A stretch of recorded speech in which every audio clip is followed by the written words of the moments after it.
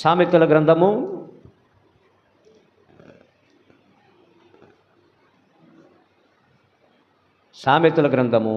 20వ అధ్యాయం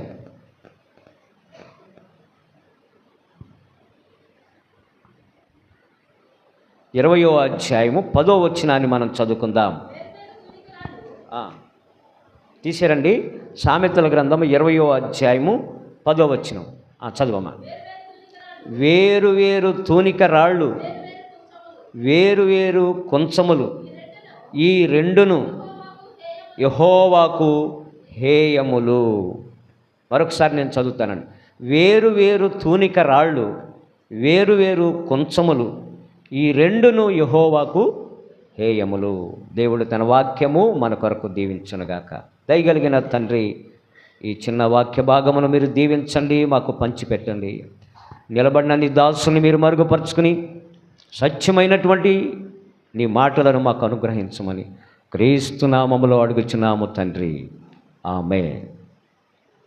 పిల్లరా, మనం చదువుకున్నటువంటి ఈ వాక్య భాగములో సామెతల గ్రంథం 20వ అధ్యాయము 10వ వచనములో వేరు తూనిక రాళ్ళు యెహోవాకు హేయములు అనే మాటను మనం చదువుతున్నాం. అలాగే చూడండి 23వ వచనం కూడా చదవండి.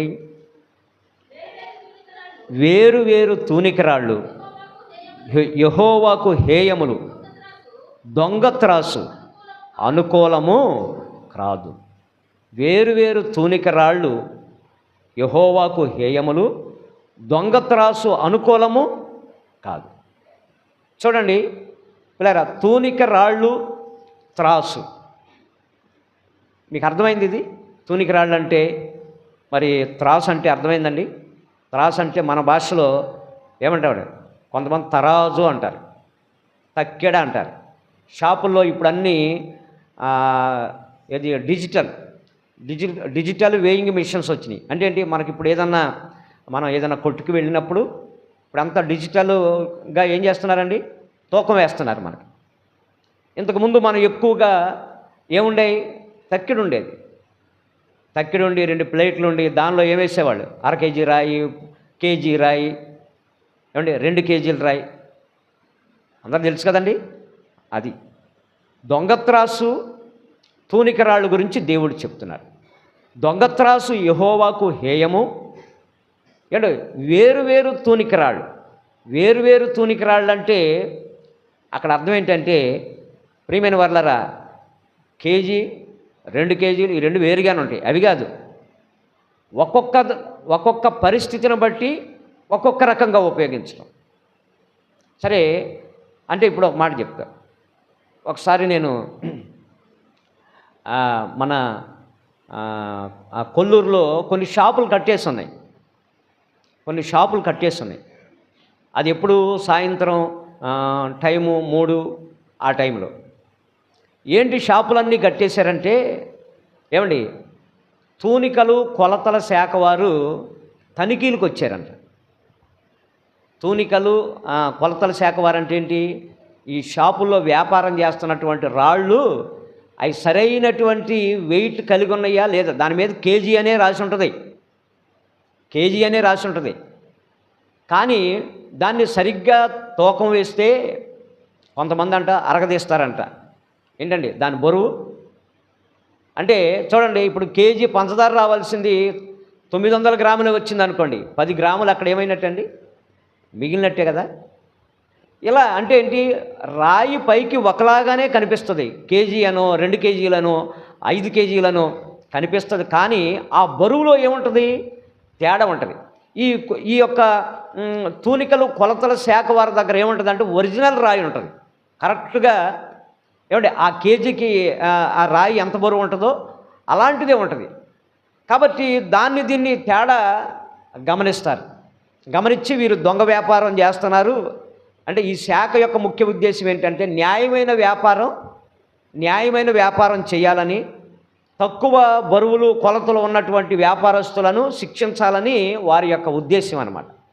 అందుకని ఈ శాఖ గవర్నమెంట్ ఏర్పాటు చేసింది. కొన్ని షాపులు కట్టేసి ఉన్నాయి, కొన్ని షాపులు తెరిచి ఉన్నాయి. ఎందుకు కట్టేసి ఉన్నాయి అంటే, తన తరాజులో తేడా ఉన్నటువంటి వారు, తన యొక్క తక్కెడలో, తన త్రాసులో తేడా ఉన్నటువంటి వారు షాపులు కట్టేశారు. కానీ కొంతమంది తెరిసే ఉన్నాయి. దేవునికి స్తోత్రం చెప్తాను. ప్రియమైన వాళ్ళారా, వేరు వేరు తూనికరాళ్ళు అంటే ఒక్కోసారండి ఏమండి ఈ వ్యాపారస్తుడు కొనేటప్పుడు అంటండి, తాను కొనుక్కునేటప్పుడము వేరే రాయి ఉపయోగిస్తాడంట, తాను అమ్మేటప్పుడు ఇంకొక వేరే రాయి ఉపయోగిస్తాడంట. 2 కేజీ అనే ఉంటుంది దాని మీద. తాను కొనుక్కునేటప్పుడము ఇంకొక రాయి ఉపయోగిస్తాడు, అంటే తనకు లాభం వచ్చే విధంగా ఉపయోగిస్తాడంట. వేరే వారికి అమ్మేటప్పుడు వేరే దాన్ని ఉపయోగిస్తారంట. ఈ తూనిక రాళ్ళల్లో ఏముంది చెప్పండి, మాట్లాడండి. ఆ తూనిక రాళ్ళల్లో తేడా ఉంది. అంటే మనిషిని బట్టి పరిస్థితిని బట్టి ఈ రాళ్ళు ఉపయోగించి ఏం చేస్తూ ఉంటారంటే వ్యాపారం చేస్తూ ఉంటారు. ఇప్పుడు దాని గురించి మనం వ్యాపారం గురించి మాట్లాడుకోవట్లేదు, కానీ మీకు అర్థం అవటం కోసం దీన్ని చెప్తున్నాను. వేరు వేరు తూనిక రాళ్ళు యెహోవాకి హేయము. ఇది ఇప్పుడు నేను వ్యాపారం గురించి చెప్పాను. మనుషుల గురించి చూద్దాం. మనుషుల గురించి ఒకరిని ఒకలాగా చూడటం కదండి, ఒకరిని ఒకలాగా చూడటం. ఎవరన్నా మంచినీళ్ళు అడిగారు అనుకోండి, ఒకరికి ఒక గ్లాసు, ఇంకొకరికి ఇంకో గ్లాసు. నువ్వు ఇంట్లో పెట్టేటటువంటి ప్లేటు మీ చుట్టాలు వచ్చినప్పుడు ఏమండి ఒకరికి ఒక టైప్ ఆఫ్ ప్లేటు, ఇంకొకరికి ఇంకొక ప్లేటు. అవునా? అర్థమవుతుందని నేను చెప్పేది. వేరు వేరు తూనికరాళ్ళు అంటే అర్థం ఏంటంటే వేరువేరుగా చూడటం. అంటే దీనిలో ఏముంటుంది? అన్యాయం ఉంటుంది, ఇంకేముంటుంది? పక్షపాతం ఉంటుంది, హెచ్చుతగ్గులు ఉంటాయి. అన్యాయం ఉంటుంది, పక్షపాతం ఉంటుంది, హెచ్చుతగ్గులు ఉంటాయి. ఇవంట దేవునికి హేయం అంట. అందరికి అర్థమవుతుందండి. ఇవి హెచ్చుతగ్గుల స్వభావాలు కలిగి ఉండటం, మనుషుల యొక్క పరిస్థితులను బట్టి ఒకరిని ఒకలాగా చూడటం, ఇదంతా కూడా ఏమండి వేరు వేరు తూనికరాళ్లకు గుర్తుగా ఉన్నది. మొదటిదేమో వ్యాపారం గురించి మీకు అర్థం అవడం కోసం చెప్పాను. ఇప్పుడు రెండోది మనుషులను చూసే పద్ధతి. ఇప్పుడు చూడండి, రెబెకాకి 2 పిల్లలు ఉన్నారు. ఎవరు వాళ్ళు?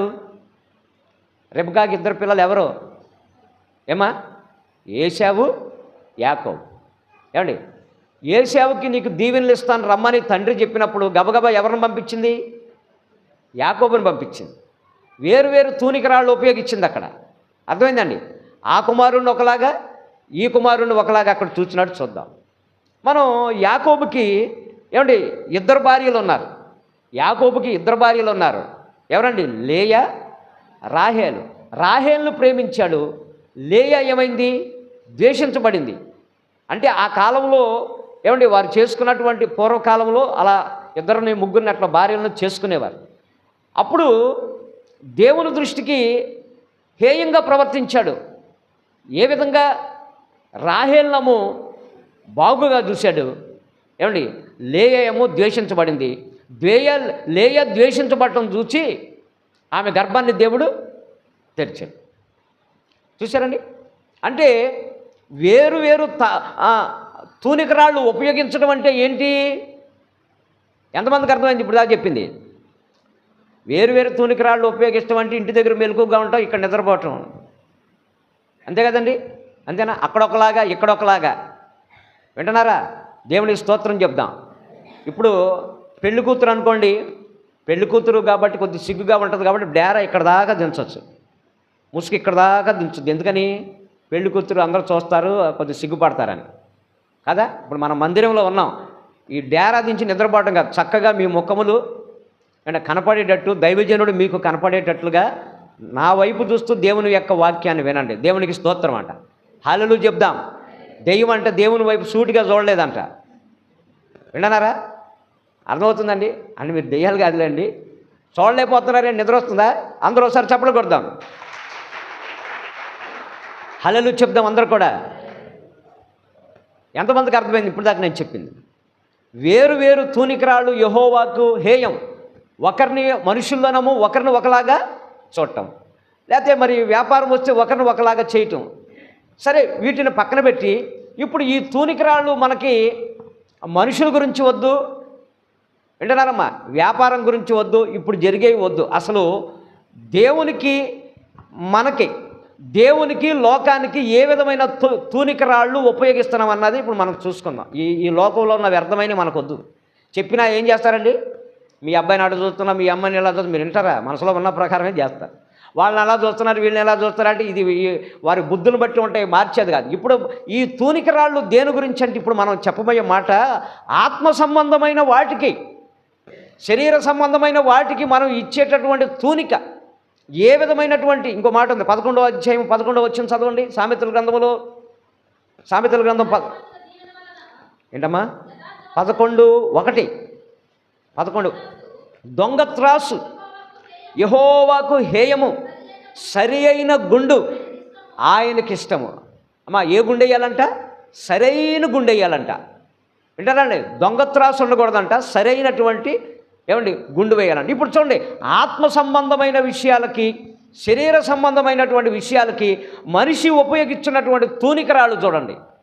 మనం చూసినట్లయితే లూకాసు వార్త 10వ అధ్యాయము 40వ వచనం చదువుకుందాం. లూకాసు వార్త 10వ అధ్యాయము 40వ వచనం చదువుదాం. మార్తా విస్తారమైన పని పెట్టుకున్నట్టు చేత తొందరపడి ఆయన యొద్దకు వచ్చి, ప్రభువా, నేను ఒంటరిగా పని చేయుటకు నా సహోదరి నన్ను విడిచినందుకు నీకు చింత లేదా? చూడండి చూడండి చూడండి, ఇక్కడ మరియ ఉంది, మార్త ఉన్నది. వినండి, మరియ ఉన్నది, మార్త ఉన్నది. అక్కడ దేవుని వాక్యం ఉన్నది. అక్కడ ప్రభువు అక్కడ కూర్చుని దేవుని వాక్యం చెప్తున్నాడు.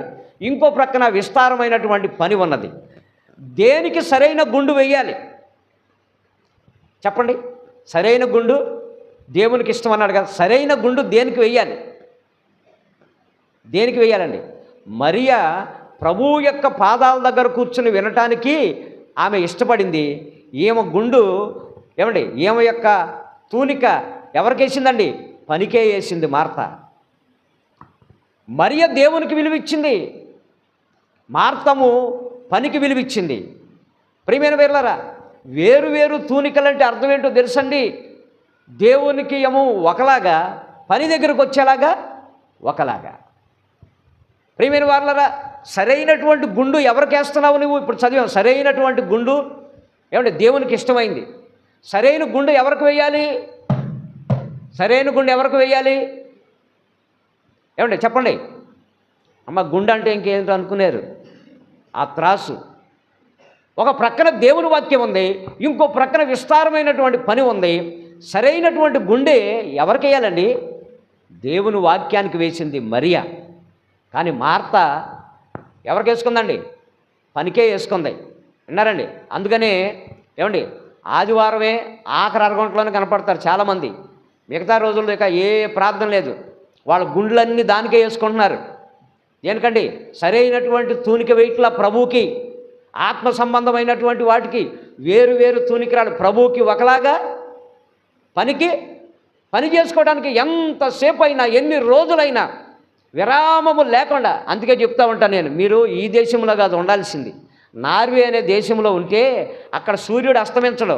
అమ్మ వింటున్నారా? చీకటి ఉండదు. అర్ధరాత్రి 2ంటికి కూడా వెలుతురుగానే ఉంటుంది.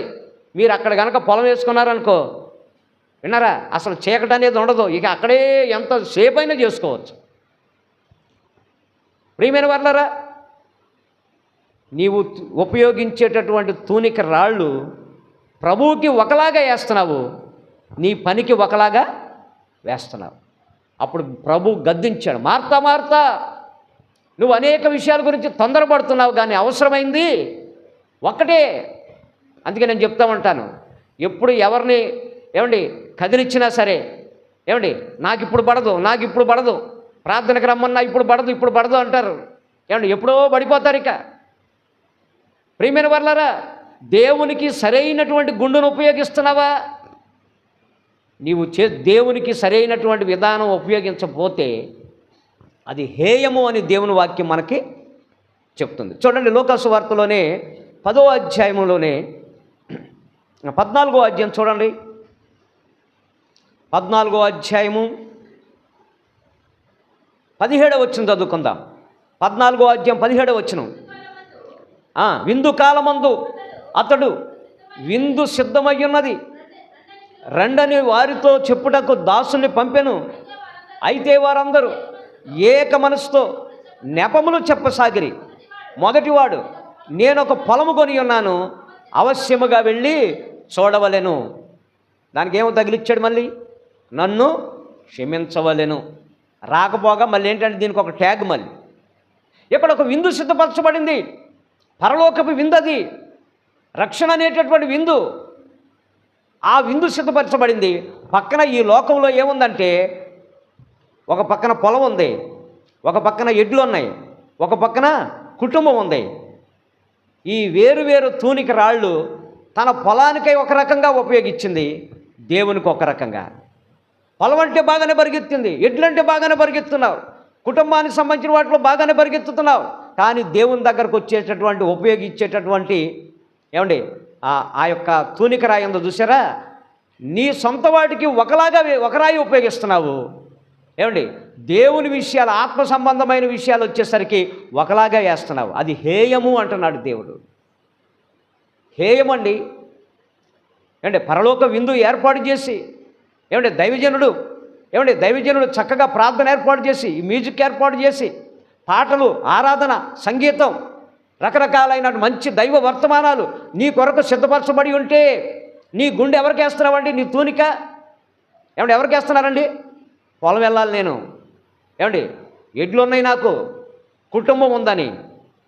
అవి దేవునికి సరైన తూకమేనండి? మీరు చెప్పండి, మీ దృష్టికి మీరు చెప్పండి. మీ దగ్గర ఎంతమంది దగ్గర న్యాయమైన త్రాసు ఉందో చెప్పండి. హృదయమే త్రాసు. హృదయములో మీరు తూచేటటువంటి విధానం, మీరు చూచే విధానం, దేవుని సన్నిధిని, ఆత్మ సంబంధమైన వాటిని మీరు చూసే విధానము, లోక సంబంధమైనటువంటి విధానాన్ని మీరు నిజంగా చెప్పండి. ఎంతమంది హృదయంలో యథార్థముగా దేవుని యొక్క త్రాసులో దొంగ త్రాసు లేకుండా దేవునిది దేవునికి, లోకానికి మనం చేస్తున్నాం చెప్పండి. దేవుని సమయాన్ని దేవునికి ఇస్తున్నామండి? సమయం అంతా నీవే వాడేసుకుంటున్నావు. పొలం వెళ్ళొద్దని ఎవరంటలేదు, ఎడ్లు చూసుకోవద్దని ఎవరంటలేదు, వ్యాపారం చేసుకోవద్దు, ఉద్యోగం చేసుకోవద్దని ఎవరు అంటలేదు. కానీ ప్రియమైన వారలారా, ఇదిగో సరైన గుండె ఏంటో తెలుసా? దానియేలు రోజుకి 3 సార్లు ప్రార్థన చేశాడు. 120 మంది అధిపతుల మీద ఆయన అధికారి అయి ఉన్నాడు. ఆ రాజ్యం అంతా కూడా మెయింటైన్ చేయాలి. కానీ రోజుకి 3 మారు ప్రార్థన చేయటం ఆయన మానుకోలేదు. దేవునికి స్తోత్రం చెప్దాం. చెప్పండి గట్టిగా, దేవునికి స్తోత్రం చెప్దాం. ఏమండి అంటే దేవునికి సరైన గుండె వేశాడు, సరైన తూకం. ఆయన హృదయంలో తూకం వేస్తే డ్యూటీగానే ఉంది, ప్రార్థనగానే ఉంది. అందుకే దానియేలు బానిసైన వాడు దీవించబడ్డాడు. ఎవడు దీవించబడతాడు? దొంగ త్రాసు కలిగిన వాడు దీవించబడ్డాడు. దేవుని కార్యాలను తక్కువ తూకం వేసేవాడు, దేవుని సన్నిధిని తక్కువగా తూచేవాడు, ఏమండి ఆత్మ సంబంధమైన కార్యాలను వారి హృదయంలో తక్కువగా చూసేవాడు ఎప్పటికీ దీవించబడ్డాడు. ప్రయాసపడతా ఉంటాడు, వచ్చినట్టే ఉంటుంది, దగ్గరకు వచ్చేసినట్టే ఉంటుంది, చేతికి చిక్కినట్టే ఉంటుంది, ఎగిరిపోతూ ఉంటుంది. అందరికి అర్థమవుతుందండి? దేవుణ్ణి తక్కువగా చూస్తున్నావు. వేరు తూనికిరాళ్ళు, నీ వాటికమ్మ బరువైన తూనికిరాళ్ళు ఉపయోగించుకుంటున్నావు నీ పనికి, నీ కోసం. కానీ దేవుని విషయాలు వచ్చేసరికి, ప్రార్థన విషయాలు వచ్చేసరికి, ఆత్మ సంబంధమైన విషయాలు వచ్చేసరికి చాలా తక్కువగా చూడటం, హీనంగా చూడటం, తక్కువగా ఎస్టిమేషన్ వేయటం. అందుకే అది ఏమన్నాడు? దొంగ త్రాసు యెహోవాకి హేయము. అందుకే ప్రభువు నిన్ను అడుగుతున్నాడు, ఏమ్మా నాకు రావాల్సిన ఘనత, నేను తండ్రినైతే నాకు రావాల్సిన ఘనత, నాకు రావాల్సిన మహిమ మీరు యథార్థంగా చెల్లిస్తున్నారా? ఏమండి లోకం ఎప్పుడు కూడా చూడండి, ఒక మాట చదువుదాం. గలతీ పత్రిక మొదటి అధ్యాయం 10వ వచనం చదువుకుందాం. గలతీ పత్రిక మొదటి అధ్యాయం 10వ వచనం త్వరగా చదవండి. ఇప్పుడు నేను మనుషుల దయను సంపాదించుకొని కోరుచున్నానా? దేవుని దయను సంపాదించుకొని కోరుచున్నానా? నేను మనుషులను సంతోషపెట్ట కోరుచున్నానా? నేను ఎప్పటికీ మనుషులను సంతోషపెట్టువాడనైతే క్రీస్తు దాసుడను. చూడండి, సరైన గుండె వేస్తున్నాడు పౌలు గారు. ఒక పక్కనేమో దేవుడు, ఒక పక్కన దేవుణ్ణి సంతోషపెట్టడం, ఇంకో పక్కన మనుషులను సంతోషపెట్టడం. ఎవరికి వేస్తావు గుండు? ఏమండి, బరువైన గుండు మనుషులకే వేస్తావు. మనుషుల కార్యక్రమాలు, మనుషుల పిలుపులకి, ఏమంటే మనుషులకి ఎక్కువ విలువిస్తూ ఉంటావు, వారి పిలుపులకు ఎక్కువ విలువిస్తూ ఉంటావు, వారిని సంతోషపెట్టడానికి నువ్వు ప్రయత్నం చేస్తూ ఉంటావు. కానీ దేవుణ్ణి సంతోషపెట్టడానికి, దేవుని సన్నిధిని సంతోషపెట్టడానికి తక్కువ త్రాసు దూసేవారు ఎప్పుడు కూడా, ఏమండి, వారు ఎప్పుడు కూడా ఆశీర్వాదాన్ని పొందుకోలేరు. ఏమండి, ఎంతమంది సంతోషపెడుతున్నామండి? ఏదో ఈ కాసేపు ప్రభు కన్నీళ్ళు దూడటానికి వచ్చాం మనం. ప్రతిరోజు ప్రార్థన జరుగుతుంది ఇక్కడ. ఏమండి, 3 రోజుల నుంచి 100 గంటలు ప్రార్థన చేస్తున్నాం ఏకదాటుగా. అర్ధరాత్రి పూట అనేక మంది ఇక్కడ ఉండి ప్రార్థన చేస్తున్నారు, మిట్ట మధ్యాహ్నం చేస్తున్నారు, పట్టపగలు ప్రార్థన చేస్తున్నారు, ఉదయకాలం ప్రార్థన చేస్తున్నారు. సరైన గుండె వేస్తున్నారు అనేక మంది, వాళ్ళ పనులు చూసుకుంటున్నారు, దేవునికి కూడా సరైన తూకమే వేస్తున్నారు. దొంగ త్రాసు ఉంది నీ హృదయంలో, దొంగ త్రాసు ఉంది. మార్తమ్మ గారు విను, నిద్రపోవటం కాదు, సరిగా విను, బైబిల్ ఒళ్ళో పెట్టుకో. గట్టిగా దేవుని స్తోత్రం చెప్దాం, గట్టిగా దేవుని స్తోత్రం చెప్దాం, గట్టిగా చెప్దామండి. చూడండి, లోపల న్యాయమైన త్రాసు ఉందా? ఏమో చెప్పండి. న్యాయమైన త్రాసు. మనుషుల్నే మీరు సంతోష పెడతారు. మనుషులు ఎవరైనా పిలిచారనుకోండి, ఏదైనా కార్యక్రమం ఉందనుకోండి, ఇక మా పని అవుటిక, దేవుని పని అవుటిక, దేవుని పని లేదు. ఏమండి, దేవుని యొక్క సన్నిధి లేదు. ఏమండి, దేవుని కోసం నేను ఈ బాధ్యత కలిగినటువంటి వ్యక్తిగా నేను ఉన్నాను. మరి దేవుని సన్నిధి ఏంటి, దేవుని సన్నిధి సంగతి ఏంటి? ఆ మనుషులనే గుర్తుపెట్టుకుంటారు. ఎందుకో తెలుసా? ఆ మనుషులు రేపు అవసరం అవుతారు, ఆ మనుషులు అవసరం అవుతారు. దైవజనుడు ఏమో అవసరం అవుతారులే, దేవుడు ఏమో అవసరం అవుతారు అనుకున్నట్టుగా మనుషులకే ఎక్కువ విలువిస్తారు. నీలో దొంగత్రాసు ఉంది, దొంగత్రాసు ఉంది. దేవుని కంటే మనుషులను ఎక్కువగా సంతోషపెడతానికి ప్రయత్నం చేస్తాం. అందుకనే ఏమండి, మనుషులను నమ్ముకునేటటువంటి వాడు ఏమండి వ్యర్థుడైనటువంటి వాడు. ప్రభువు నన్ను దీవించేవాడు, ఆయనకి నువ్వు సరైన త్రాసు వేయాలండి, సరైన గుండు వేయాలి. దేవునికి స్తోత్రం చెప్తాం, గట్టిగా చెప్పండి. న్యాయమైన త్రాసు ఉందా నీ హృదయంలో ప్రియమైన వారులారా? దేవుణ్ణి సరిగ్గా తోస్తున్నావా? మీలో అనేక మంది దేవుణ్ణి చాలా తక్కువగా తోస్తున్నారు, దేవుని సన్నిధిని తక్కువగా తోస్తున్నారు. ఎంత మహారాజు అనే రోజుకి ఏమంటే 7 మార్లు స్తుతించడం మానుకోలేదు. ఏమండి, కొర్నేలు ఎంత శతాధిపతి అయ్యున్నప్పటికీ ఏమండి 3 గంటల వేళలో ఆయన ప్రార్థన చేయటం మానుకోలేదు. ఇస్సాకు ఏమండి ఎంత పంట వేసి విస్తారమైన పంట పండిస్తున్నా సాయంత్రం పూట ధ్యానించడం మానుకోలేదు. దేవుని సమయాన్ని దేవునికే ఇచ్చారు. ఏమండి, మనుషులుగా ఆయన చూస్తారు. అలాంటి వారికి ఎప్పుడు కూడా దీవెన కలుగుతుంది. నీ హృదయంలో దొంగత్రాసు ఉంది, దొంగత్రాసు ఉంది. ఏమండి, దొంగత్రాసు ఉంది. ప్రార్థనకి ఎలా వచ్చావు? అన్నీ చూసుకుని, ఇంటి దగ్గర అన్నీ చూసుకుని, ఏమండి ఆఖరి గిన్నె దాకా గడిగి వినరా, తాళం వేసిన తర్వాత మళ్ళీ గేటు దాకా వెళ్ళి మళ్ళీ వేసి తాళం మళ్ళీ 3 సార్లు ఆగి ఏంటి పడిందో లేదని, మళ్ళీ మధ్యలో ఎవరన్నా కనపడితే మళ్ళీ ఆగి ఎప్పటికో ప్రభు సన్నిధికి వస్తారు. దొంగత్రాసు కదండి. సమయం అంతా అయిపోయిన తర్వాత, ఆరాధన అయిపోయాక, ప్రార్థన అయిపోయాక, ఒక క్లుప్త ప్రసంగం అయిపోయాక ఏమంటే ఎప్పుడో వెనకబడి వస్తావు. నిజంగా దేవుని మీద న్యాయంగా ప్రభు సన్నిధికి వస్తున్నావా? ఎప్పుడన్నా వచ్చావా నీ జీవితంలో ఒక్కసారి? నేను 100 సార్లు అడగట్లా. నీ జీవితంలో ఎప్పుడైనా పాటలు పాడుతుండగానే వచ్చారండి? చాలామంది వస్తారండి. రాని వాళ్ళ గురించి చెప్తాను. నీ మనసులో ఏముంది? దేవుని పట్ల తక్కువగా చూసే బుద్ధి ఉంది నీలో. అందుకని నువ్వు ఎంత కష్టపడుతున్నా నీకు ఆశీర్వాదం లేదు. ఎంతగానో ఎదిగిపోవాలని చూస్తూ ఉంటావు, అవన్నీ ఎదురొస్తూనే ఉంటాయి. ఏదో చెయ్యాలనుకుంటావు, ఏది అవ్వదు. కానీ దేవుని పట్ల న్యాయమైనటువంటి త్రాసు హృదయంలో ఉండాలి. దేవునికి స్తోత్రం చెప్దాం. అర్థమవుతుందండి? దేవుణ్ణి తక్కువగా నీ జీవితంలో తోచమాకు. ఆయన తక్కువగా చూస్తున్నావు. నీ కార్యాలు వచ్చేసరికి ఎక్కువగా చూసుకుంటున్నావు, మనుషులు వచ్చేసరికి ఎక్కువగా చూసుకుంటున్నావు, ఏదన్నా కార్యక్రమాలు వస్తే ఎక్కువగా చూసుకుంటున్నావు, బంధువుల్ని, రక్త సంబంధికుల్ని. ఏమండి, వారందరూ వద్దని నేను అంటలేదు, కానీ మొదటి స్థానం ఎవరికి ఉండాలండి? ప్రభువుకే ఉండాలండి. ఏమండి, ఒక ఆయన పాడుకున్నాడు, ఏమని? ఆత్మీయులే నన్ను అవమానించగా, అన్యులే నన్ను అపహసించగా, ఆత్మీయులే నన్ను అవమానించగా, అన్యులే నన్ను అపహసించగా అండ నీవైతివయ్యా, నా కొండ నీవే యేసయ్యా. యేసయ్యా యేసయ్యా యేసయ్యా యేసయ్యా, నిన్నే నిన్నే నే పొందుకోనయ్యా, నీవే దేవునికి స్తోత్రం. అమ్మ, ఎవరు అవమానించారంట? ఆత్మీయులు అవమానిస్తేనంట ఎవరు అండయ్యారంట? ఆయన అండయ్యాడు. నువ్వు తూకం వేస్తున్నావు చూసావా, నీ బంధువులని, రక్త సంబంధికులని, నా ఇంటి వారని, వీళ్ళని ఆ తూకం వేసి వాళ్ళకే విలువించుకుంటా, వాళ్ళకే విలువించుకుంటా దేవుని సన్నిధిని, దైవజనుణ్ణి, ఇక్కడ జరిగే పని అంత తక్కువగా చూస్తున్నాడు. ఒక రోజున నిన్ను వాళ్ళు ఏం చేస్తారండి? అవమానపరుస్తారు. అప్పుడు ఎవరు అండ అవుతారండి? ఆయన అండ అవుతారు. సరైన గుండు, న్యాయమైన త్రాసు మన హృదయంలో ఉండదు. దేవునికి ఎంత సమయం ఇస్తున్నాను, దేవునికి ఎంత విలువిస్తున్నాను, ఆత్మ సంబంధమైన వాటికి నేను ఎంత విలువిస్తున్నాను, శరీర సంబంధమైన వాటికి నేను ఎంత విలువిస్తున్నానని ప్రతి ఒక్కరూ హృదయంలో ఆలోచన చేసుకోవాలని. దొంగ త్రాసు నీలో ఉంటే నువ్వు హేయుడివి అని గుర్తుపెట్టుకో, హేయురాలివి అని గుర్తుపెట్టుకో, నీకు ఏమాత్రము కూడా దీవెన కలగదని గుర్తుపెట్టుకో. ప్రియమైన వారలారా, ఒక ఆమెను అడిగి, ప్రార్థనకు రాలేదేంటి అమ్మా అంటే, ఊరిని అక్కడ నిలబడ్డానన్నా. ఎందుకు నిలబడ్డా? ఆడెవరో బాట్లు ఆడుకుంటున్నారంటే నిలబడిందంట. ఊరక నిలబడిందంట.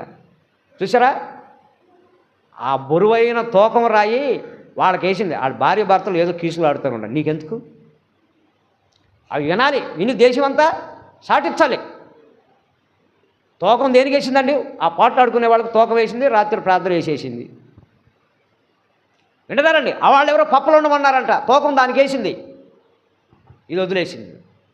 ఆదివారం వాళ్ళు ఎవరో బొదులు రమ్మన్నారంట పనికి, వాళ్ళకి వేసేసింది తూకం. అందుకే గొంగలి ఎక్కడున్నావు అమ్మా, ఎక్కడున్నావంటే ఏముందంట? వేసిన చోటే ఉందంట. ఏదో బ్రతుకు ఎదిగిపోయినట్టే ఉంటుంది కాదు. ఏమండి, తాడి చెట్టు ఎక్కుతున్నావు కానీ మళ్ళీ ఒక మూర ఎక్కితే 2 మూరల కిందకు జారుతున్నావు. నీ బ్రతుకులో ఆశీర్వాదం లేదు, దీవెన లేదు. కారణం ఏంటో తెలుసా? నీ హృదయంలో దేవుని కార్యాలంటే నువ్వు తూచేటటువంటి విధానము చాలా తక్కువగా ఉంది. అమ్మా చూడండి, దేవుని యొక్క భయం లేదు. దేవుడు ఆశీర్వదించేవాడు, దీవించేవాడని, ఏమండి, ఆయనకు విలువివ్వాలని తెలియనటువంటి మనుషులు అనేక మంది దేవుని యొక్క కార్యాలను తక్కువగా చూస్తున్న వాళ్ళరా, తక్కువ రాయితో చూస్తున్న వాళ్ళరా. హేబేలు తెచ్చాడు, కయ్యను అర్పణ తెచ్చాడు. హేబేలు ఎలా తెచ్చాడండి? హృదయపూర్వకమైనటువంటి అర్పణ తీసుకొచ్చాడు. కయ్యూని ఎలా తెచ్చాడండి? హృదయం లేకుండానే తెచ్చాడు. దేవుణ్ణి తక్కువగా చూశాడు. అననీయ సప్యరాలు ఎలా చూశారు ప్రభువుని? వారి యొక్క అర్పణల దగ్గర, ఏమండి, వారు దాచుకునే దగ్గరే ఎక్కువగా వారు తూచారు. దేవుని సన్నిధిని తక్కువగా చూశారు. కానీ ఏమంటే, ప్రభు కానుకలు పెట్టి దగ్గర కూర్చున్నప్పుడు ఒక పేద విధవరాలు తనకున్న 2 కాసులను వేసి వెళుతూ ఉన్నప్పుడు ప్రభు అన్నాడు, అందరికంటే ఈమె ఎక్కువగా వేసింది. అంటే ఆమె జీవనం మొత్తాన్ని ప్రభువుకి వేసిందంటే, ప్రియమైన వర్లారా, ఇదిగో ప్రభువుకే న్యాయమైనటువంటి త్రాసుని ఆమె తోచింది. నీకోసం ఎంతో ఖర్చు పెట్టుకుంటావు, నీకోసం ఎన్నెన్నో తెచ్చుకుంటావు, విలువైనటువంటి వాటిని ఎన్నో తెచ్చుకుంటావు. దేవుని దగ్గరకు వచ్చేసరికి తక్కువగా దోస్తావు. అందుకే నీకు దీవెన ఉండదు, ఆశీర్వాదం ఉండదు, దొంగ త్రాసు ఉంటుంది. నీ సొంతమైన వాటికి, ఏమండి, నీకు వ్యర్థమైన వాటికి ఎన్నో ఖర్చు పెట్టుకుంటావు. కానీ ఎంతో పరిచర్య జరుగుతున్నా దొంగ త్రాసును ఉపయోగిస్తావు. ఎంత మొత్తుకుంటున్నా కానీ ఏమండి, దొంగ త్రాసునే ఉపయోగిస్తావు. దేవునికి న్యాయంగా ఏమండి నువ్వు చెయ్యవు. అందుకనే నీ జీవితంలో ఏం కలగట్లేదండి? ఆశీర్వాదం అనేది కలగట్లా. న్యాయమైనటువంటి గుండు యెహోవాకి ఇష్టం. దొంగ త్రాసు ఉందా? దేవుడి కార్యాలను ఒకలాగా, దేవుడిని ఒకలాగా, నీ సొంత వాటిని ఒకలాగా, మనుషులను ఒకలాగా, దేవుని ఒకలాగా తక్కువగా చూస్తున్న వర్లరా, దేవుని కార్యాలను, దేవుని సన్నిధిని, దేవుని యొక్క ప్రేమను తక్కువగా చూస్తున్న వర్లరా, ఇదిగో మిమ్మల్ని మీరు ప్రేమించుకుంటూ దేవుని యొక్క సన్నిధికి రాకుండా దూరంగా ఉంటూ మిమ్మల్ని, మీ కుటుంబాన్ని, మీ బంధువుల్ని, మీ రక్త సంబంధికుల్ని, ఇదిగో లేకపోతే నీ పశువుల్ని, పైరుల్ని అధికంగా ప్రేమించుకుంటూ వాటికే ఎక్కువ తూకం వేస్తున్న వర్లరా, ప్రభు చెప్తున్నాడు, దొంగ త్రాసు నాకు వేయమా. ప్రభు కూడా అడుగుతాడండి అప్పుడప్పుడు, ఏమండి, నేను తండ్రినైతే నాకు రావలసిన ఘనత ఏది? అండి ప్రభువు కూడా అడుగుతాడండి, నాకు చెందవలసిన మహిమ వేరే వారికి ప్రభువుకి తగిన మహిమ చెల్లిస్తున్నావా ప్రియ సహోదరుడా, ప్రియ సహోదరి, ప్రియమైన యవనస్తుడా? ఏమండి న్యాయమైనటువంటి గుండె నువ్వు ఉపయోగించు, లేకపోతే అది హేయము. దేవునికి స్తోత్రం చెప్దాం. హల్లెలూయా. ఏమండి ప్రతి విషయంలో కూడా ఏమండి దేవునికి ఎక్కువ మనం విలువ ఇవ్వాలి, ఎక్కువ ఆయనకే తోగాలి. మా సమయంలో ఎక్కువ సమయం ప్రభువుకే ఇస్తాం, ప్రార్థనకే ఇస్తాం.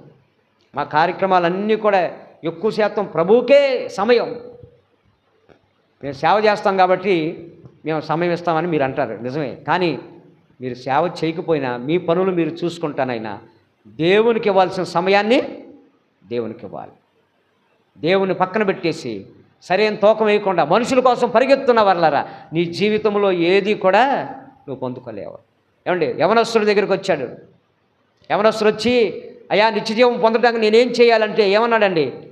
అవన్నీ వదిలిపెట్టేయమన్నాడు. నీకు ధనాపేక్ష ఉంది, ఆ ధనాపేక్షను వదిలిపెట్టమంటే వాడు మొహం మార్చుకుని వెళ్ళిపోయాడు. ధనానికే ఎక్కువ విలువిచ్చాడు కానీ ఆ యవనస్తుడు నిత్యజీవానికి విలువ ఇవ్వాల. రక్షణ, మారు మనసు అనే దానికి ఆయన జీవితంలో విలువ లేదు.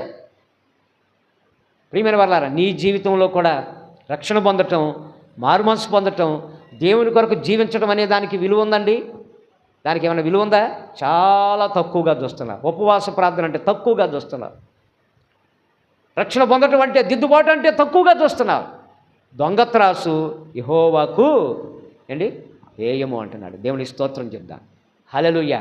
ఏమండి నువ్వు సంఘానికి వస్తున్నావు, నీకు ఒక సంఘం ఉంది. అమ్మా వింటున్నారా? నీకు సంఘం ఉందా? 100 ఉన్నాయా? అమ్మా ఎన్నున్నాయి సంఘాలు? ఎవరు ఎక్కడికి వెళ్తారో అదొక్కటే సంఘం, అదొక్కరే. ఏమండి నువ్వు ఆత్మీయ తండ్రి ఎంతమంది ఉంటారండి? ఒక్కరే ఉంటారు. సరైన గుండె ఎక్కడ వేయాలండి? సరైన గుండు. ఏమండి సరైన గుండు వేయటం. దొంగ త్రాసు అంటే ఏంటో తెలుసా? ఏమండి నీవు వెళుతూ చక్కగా ఏ మందిరములు అయితే నీవు ఏమండి లైవ్లో కూడా చూస్తున్నారు, ఎవరు ఏ మందిరానికి వెళ్తున్నారు ఆ మందిరములకి సరైన తూకం నువ్వు వేయాలి. సరైన తూకం వేయాలండి. అందరినీ ప్రేమిస్తావు, అందరు కావాలంటావు. ఏమండి అందరు కావాలంటావు. సరైన తూకం ఇక్కడ రావాల్సిన తూకం, ఇక్కడ నువ్వు చేయవలసిన తూకం, ఇక్కడ నువ్వు చేయాల్సిన పరిచర్య ఇక్కడ చేయవు, ఇక్కడ చేయవలసిన అర్పణ ఇక్కడ ఇవ్వవు. ఏమండి ఇక్కడ దేవుని కోసం నువ్వు బ్రతకాల్సిందో బ్రతకు. ఏమండి ఈ సంఘాన్ని తప్ప ఏమండి ఎక్కడెక్కడో మనం ప్రేమిస్తూ ఉంటాం. మనసులన్నీ కూడా ఎక్కడెక్కడో ఉంటాయి. దొంగత్రాసు ఉన్నంతకాలం దీవించబడవు. నువ్వు ఇక్కడ మేలు పొందుకుంటున్నావు. ఏమండి ఇక్కడ రోగం వస్తే ఏమండి ప్రార్థన చేస్తున్నావు. ఏమండి వారు వచ్చారు సోదరి, ఏమండి శ్యామలరావు గారి కుటుంబం ఇంత దూరం వారు ఎందుకు వచ్చారండి? విన్నారా? ఎందుకు వచ్చారండి? ఇక్కడ ప్రార్థన చేశారని వారికి గ్యారంటీగా వారికి తెలుసు. మనం చేసాం, మేలు పొందుకున్నాం. అందుకే మళ్ళీ ఇక్కడికి వచ్చి నేను సాక్ష్యం చెప్పాలని వచ్చాను. దేవునికి స్తోత్రం. ఏమండి అన్ని చోట్లకు ఒకటే తూకం అయ్యి మాకు. ఆ దొంగత్రాసు ఉన్నంత కాలం నువ్వు ఎంత ప్రార్థన చేసుకున్నా నీకు దీవెన కలగదు. నువ్వు వెళుతున్నటువంటి సంఘాన్ని నువ్వు పోషించాలి, దాన్ని బరువుగా చూడాలి. నువ్వు బరువుగా చూడటం అంటే ఏంటో తెలుసా? అదే నీకు ముఖ్యమైనదిగా. నువ్వు పరిచర్య చేసినా, ప్రార్థన చేసినా, పలహారం తెచ్చినా, లేకపోతే దశంభాగములు ఇచ్చినా, ఏమి తెచ్చినా, నువ్వు ఎక్కడైతే నువ్వు మారు మనసు పొందావో, రక్షణ పొందావో, సరైనటువంటి తూకం వేయకపోతే ఆ దొంగత్రాసు యెహోవాకి హేయమండి. అండ్ ఒకరి మీద ద్వేషంతో ఇంకొకరికి ఏం చేస్తారంటే తూకం వేస్తామంటారు. ఈ తూకం వేయటానికి ఏమండి ఆయన దేవుడు, జాగ్రత్త. ఆయన దేవుడై ఉన్నాడు. నీ తూకం నువ్వు ఎక్కడ వేయాలో, నీ గుండు సరైన గుండు అక్కడే ఉండాలి. అందరికీ పంచడం కాదు, పంచుకొని ఇష్టం వచ్చిన పంచుకో. కానీ ఇక్కడికి రావాల్సినటువంటి అంతా కూడా నువ్వు ముందర చేసిన తర్వాత నువ్వు ఎక్కడైనా నువ్వు చేసుకో. ప్రియమైన వాళ్ళారా, నువ్వు పాలు తాగి మేలు పొందుకుంటున్నటువంటి స్థలంలో నీవు దొంగత్రాసు వేస్తున్నావు, ఉపయోగిస్తున్నావు. నీ దైవజనుని దగ్గర దొంగత్రాసు ఉపయోగిస్తున్నావు. నీ దైవజనుని నువ్వు ప్రేమించటం లేదు. ఏమండి నీ యొక్క సంఘాన్ని నువ్వు ప్రేమించటం లేదు, ఇక్కడ పరిచర్యను ప్రేమించటం లేదు. నువ్వు ఆ దొంగత్రాసు నీ మనసులో ఉన్నంత కాలం, ఉపయోగిస్తున్నంత కాలం నువ్వు ఏమీ పొందుకోలేవు. గుర్తుపెట్టుకో. ప్రయాస పడటమే కానీ దానిలో ఏమాత్రం కూడా ఏమండి నీకు దీవెన కలగదు. వెళ్ళినట్టే ఉంటావు కానీ ముందుకి. ఏమండి దైవజనులు చాలామంది ఉన్నారు, ప్రేమించొద్దని నేను అంటలేదండి దైవజనులు. కానీ నీకంటూ ఏముందండి? నిత్యము నువ్వు ఏమండి పాలు దాగి పెరిగి ఆత్మీయ బలాన్ని పొందుకుని, స్వస్థత పొందుకుని, విడుదల పొందుకుని, ఒక చోట రక్షణ పొంది, మేలు పొంది, ఏమండి ఉపయోగకరంగా నిన్ను ఒక వ్యక్తిగా చేసిన తర్వాత నువ్వు దొంగత్రాసు ఉపయోగిస్తావండి. ఇప్పుడు ఉపయోగించకూడదు. ఏమండి, నీ దైవజనుని పట్ల న్యాయమైన త్రాసు వేయాలి. దేవునికి స్తోత్రం చెప్దాం, గట్టిగా చెప్దాం హల్లెలూయా. ఇక్కడ పరిచర్య ఉందని పిలిచాను అనుకోండి, ఏమండి పరిచర్య ఉందనుకోండి, న్యాయమైన త్రాసు ఉపయోగించాలి. మీరు మీటింగ్స్ వస్తాయి మనకి వచ్చే వారం నుండి, న్యాయమైన త్రాసు నీ మీటింగ్కి రావాలి. ముందర నీ సంఘం ద్వారా జరుగుతున్న వాటిల్లో పాల్గొని ముందర న్యాయమైన త్రాసును ఉపయోగించు. ఎక్కడికి ఎవరికి మేలు చేసినా, ఇదిగో ప్రియమైన వర్లరా, ఇదిగో ఇక్కడ ఎంతో బరువు తోగవలసినటువంటి కార్యాలు ఇక్కడ ఎన్నో ఉన్నాయి. దొంగ త్రాసు ఉపయోగించు. మాకు నీ దైవజనుణ్ణి హృదయపూర్వకంగా ప్రేమిస్తున్నావా చెప్పు. ఏమండి, మనసు ఒక చోట ఇంకో చోట అండి. దొంగ త్రాసు ఉంది నీ దగ్గర, జాగ్రత్త. దీవించబడి ఆయన తీరుస్తాడు తీర్పు, నాకేం పర్వాలేదండి.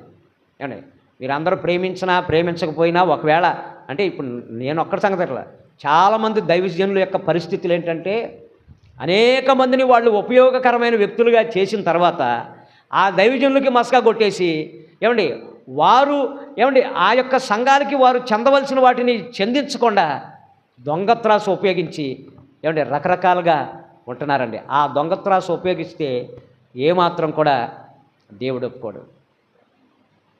ఒక దైవజనుడు ఏమండి ఆయన సంఘంలోకి